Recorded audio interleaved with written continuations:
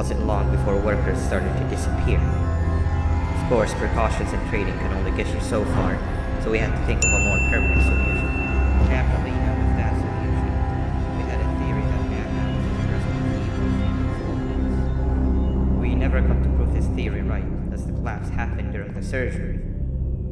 That's where you come in. You'll be carrying out the final steps of said surgery.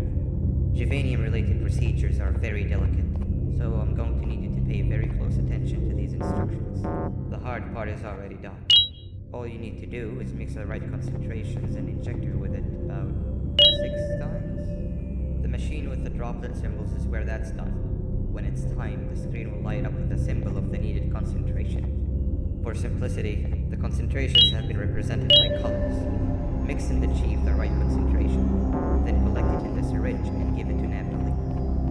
The machine with the colored pipes will occasionally shift to the wrong colors, and when that happens, use the given tongs to revert them all to their normal state of green. The buttons on the walls will also malfunction at times. When that happens, hit any ones that are lit with your drone. The excess juvanium that you can find in the room will deplete when anything malfunctions or when a concentration is needed to be delivered. The procedure stops if any